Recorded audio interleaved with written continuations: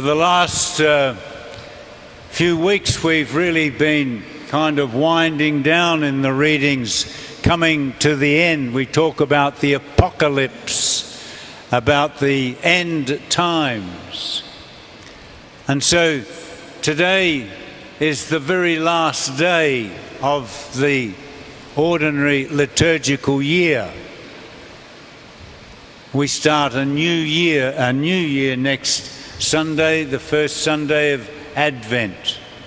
So this is the end of a period of time in the life of the church and in our lives.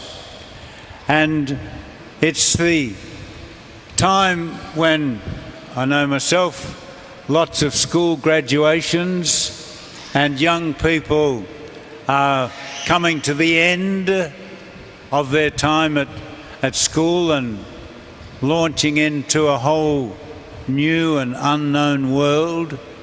So it's kind of an end time for them and a new beginning. Like in the liturgical year, the end of this liturgical year, where we look back and look over and thank God for those gifts of the year and perhaps ask His pardon for opportunities missed.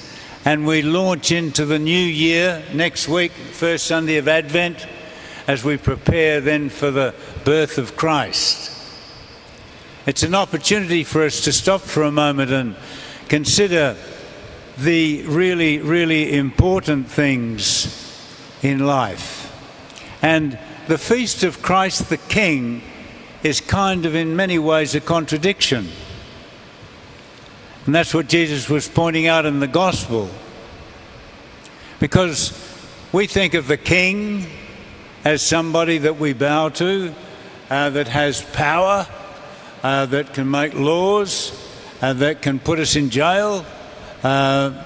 Kings are important and powerful because they are the king. Not because they are John Smith or Bill Fred, whoever, but they're powerful because they hold the office of the king. That's what gives them power and authority.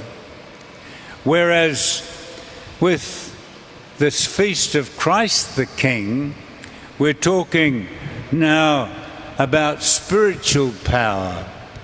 And I suppose it's the difference between authority and influence, because authority can demand all sorts of things from us. But people in our lives that impress us influence the way we live our lives. I often think of the people in my life, some of the most humble people by way of power that had the most influence on my life. I wanted to be like them because they were so good and so loving.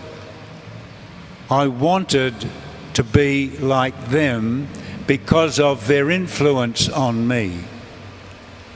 In many ways, most of those people had no power over me at all, but they had an enormous influence on my life. And I guess as we sit here today, if I asked you, who are the people that most influence your life? Who are the people would come to mind? And would they be people that were kings and queens and political powerful people? Were they the ones that inspired you?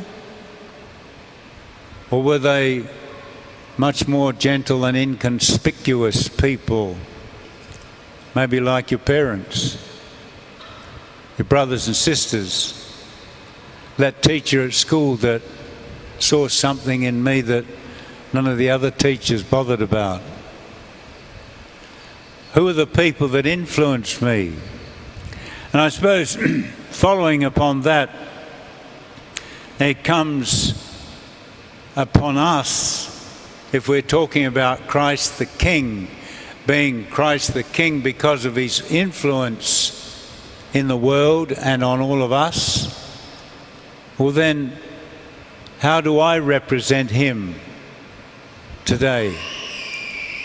How do I influence people by my fidelity, my prayerfulness, my charity, my forgiveness, my love? How do I influence people? If I really want to be like Christ the King, well, his kingship, as he pointed out to Pilate, is not of this world, but it is one of enormous and incredible influence because of his incredible love for us. When we look at the crucifix, it's hard not to be influenced by that sort of love of not only man, but God made man. It's impossible for us not to have a sense of our own incredible goodness that somebody would do that for me. And we're led, I guess, to say, well then, what does that require of me? And so perhaps that's the thought we can live with during this week. Who are the people in my life that I influence, and how do I do that?